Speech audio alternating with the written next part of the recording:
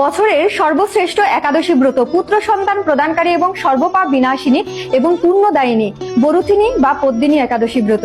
এই একাদশী ব্রত মল মাসে সংঘটিত হয়েছিল বলেও বর্ণনা করা হয়েছে, কিন্তু এবছর মল মাসের আগেই কিন্তু একাদশী ব্রতটা পড়ে গেছে। এখন কবে এবং কিভাবে পালন করবেন এবং এই ব্রতের মাহাত্ম্য কথা কি? তো এই বরুথিনী বা পদ্মিনী একাদশী ব্রত আগামী 13 এপ্রিল রোজ সোমবার, এবং এই একাদশী ব্রতের মাহাত্ম্যে বর্ণনা করা হয়েছে কার্তবীর্য নামে একজন রাজা ছিলেন, যিনি একসময় রাবণের সাথে যুদ্ধ করতে গিয়েও তিনি রাবণকে পর্যন্ত তার কারাগারে বন্দী করেছিলেন। তখন নারদ মুনি পুলস্ত্য ঋষিকে জিজ্ঞাসা করেন যে এই কার্তবীর্য এত শক্তিশালী রাজা কিভাবে হলো এবং কিভাবে তিনি দশানন রাবণকে পর্যন্ত তার কারাগারে বন্দী করলেন, যাকে আপনি একটু আগে তার কাছে ক্ষমা প্রার্থনা করে মুক্ত করলেন।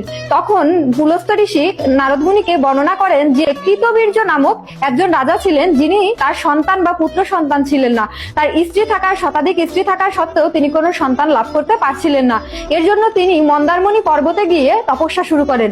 10,000 বছর তিনি স্ত্রী সহ তপস্যা করার পরে তার কাছে নারায়ণ গরুর বাহনে চড়ে এসে সশরীরে তিনি তখন তাকে বর প্রদান করতে চান, এবং তিনি তখন একজন তেজস্বী পুত্র লাভের জন্য আশা করেন, এবং ভগবান তার সেই মনোবাসনা পূর্ণ করেন এবং তাকে একজন পুত্র সন্তান দেন। আর সেই কৃতবীর্য রাজারই পুত্রের নাম রাখেন কার্তবীর্য, যার কারণে এটা ভগবানের অত্যন্ত তপস্যার ফলে এবং আশীর্বাদ প্রাপ্ত পুত্র হওয়ার জন্য তিনি ছিলেন অজেয়, অর্থাৎ পৃথিবীতে তাকে কেউই পরাজিত করতে পারতেন না।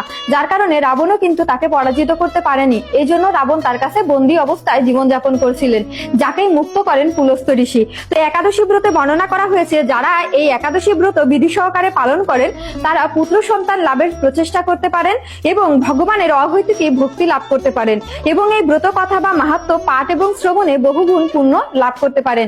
এই একাদশী ব্রত অত্যন্ত গুরুত্বপূর্ণ, তাই নিজে পালন করবেন এবং অপরকে উৎসাহিত করবেন একাদশী ব্রত পালন করার জন্য।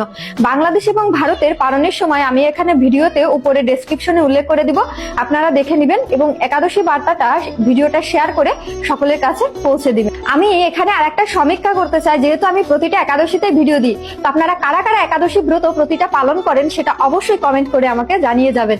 আমিও দেখতে চাই যে কতজন ভক্ত ভগবানের এই মহিমান্বিত ব্রত পালন করেন। হরে কৃষ্ণ।